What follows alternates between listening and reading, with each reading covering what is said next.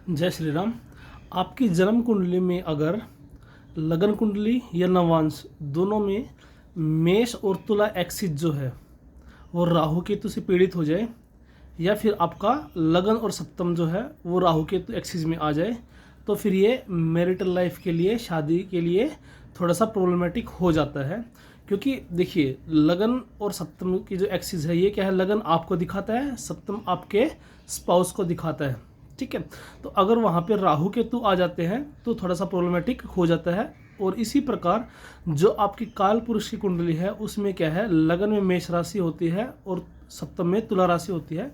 तो अगर आपकी कुंडली किसी भी लगन की है, अगर मेष और तुला राशि में राहु केतु आ जाते हैं तो ये शादी के लिए एक प्रॉब्लमेटिक सिचुएशन हो जाती है। और यही सिचुएशन अगर नवांश में बन जाती है तो भी क्या होता है, ये शादी के लिए थोड़ा सा प्रॉब्लमेटिक हो जाता है सरफेस लेवल पे।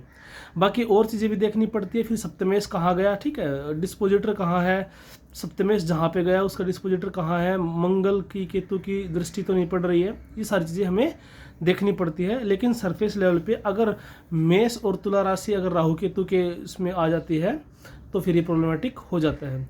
दूसरी बात, अगर आपका सप्तमेश लोवेस्ट डिग्री प्लैनेट है चार्ट के अंदर और वो 6, 8 या 12 भाव में चला जाता है तो भी आपकी शादी के लिए प्रॉब्लमेटिक हो जाता है। तीसरी चीज़, अगर आपका सप्तमेश आपके सस्टेस के साथ अगर 7th लॉर्ड 6th लॉर्ड के साथ संबंध बनाता है या 7th लॉर्ड 12th लॉर्ड के साथ संबंध बनाता है तो भी ये शादी के लिए प्रॉब्लमेटिक हो जाता है, शादी में लड़ाई झगड़े दे सकता है। क्यों? क्योंकि छठा भाव के लड़ाई झगड़े कारक है और 12th हाउस 7 से 6 है। ठीक है, या तो सस्टेस 7th हाउस में बैठ जाए, 6th लॉर्ड 7th हाउस में बैठ जाए, या 12th लॉर्ड 7th हाउस में बैठ जाए, तो इस तरीके से भी चीज़ें मैनिफेस्ट कर सकती हैं। लेकिन इन सब चीज़ों के होने के बावजूद हम जरूरी नहीं है कि ये बोल दें कि डिवोर्स हो गया, 2 शादियों का योग है। उसके लिए फिर हमें और सारी चीज़ें देखनी पड़ती है। बुध का योग वो देखा जाता है। चीटिंग के लिए भी राहु रिस्पॉन्सिबल नहीं होता है। जब तक चंद्रमा और बुध इन्वॉल्व नहीं होंगे तब तक चीटिंग का प्रोमिनेंट केस नहीं बनेगा। तो जो एक फियर है नवांश को लेके, ठीक है, या तो बहुत ज़्यादा आशाएं दे दी जाती है नवांश को लेके, या फिर बहुत ज़्यादा फियर दे दी जाता है कि अरे लगन में भी है, नवांश में भी है।